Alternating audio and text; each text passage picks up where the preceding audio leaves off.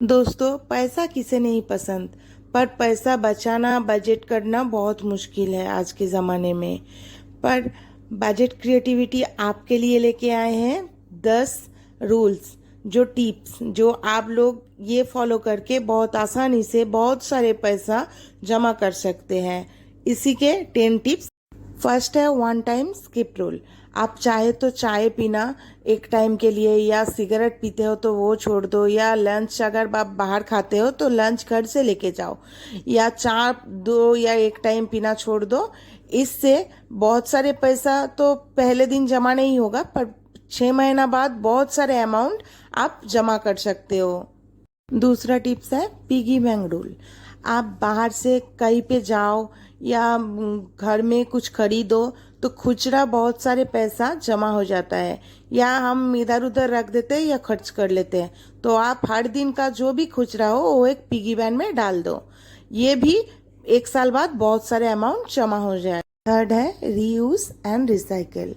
आप पहले घर में देख लीजिए कुछ खरीदने से पहले कि आपका घर में कोई सामान तो है नहीं जो आप यूज़ कर सकते हो दोबारा, तो आप वो यूज़ कर लीजिए।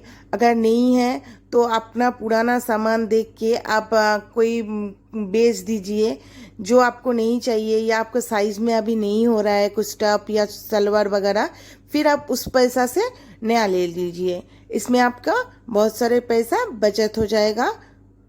फोर्थ रूल है डेली, वीकली, मंथली।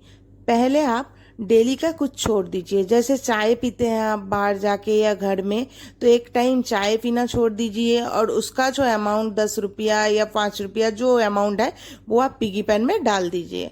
दूसरा, हफ्ते का कुछ छोड़ दीजिए। जैसे बाहर जाना या खाना पीना दोस्तों के साथ बाहर जाके कुछ भी एक चीज़ आप स्किप कर लो, वो हो गया वीकली। और मंथली भी अगर ग्रोसरी का कुछ चीज़ खरीदनी हो या सामान कुछ खरीदनी हो तो आप स्किप कर लो, वो जो ज़रूरत नहीं। इससे भी आप बहुत सारे पैसा जमा कर सकते। फिफ्थ रूल है बजट। अब बजट कर लीजिए, आपका पूरा महीने का बजट का हिसाब आप कर लीजिए। अगर आपको कोई प्रॉब्लम है तो आप मुझे कमेंट कर सकते हो, मैं आपको बता दूंगी कि किस तरह से आप बजट कर सकते हो। तो अपना जो भी दिन का या महीने का खर्चा है वो आप बजट कर लीजिए। बजट सबको करना चाहिए क्योंकि बजट से बहुत सारे पैसा सेविंग्स होता है और खर्चा भी कम होता है।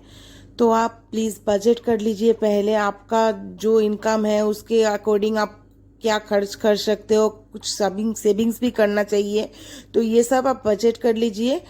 फिर आप देख लीजिए, बजट करके आप चलेंगे तो बहुत सारा पैसा आपका जमा होगा। है फॉलो योर नीड्स।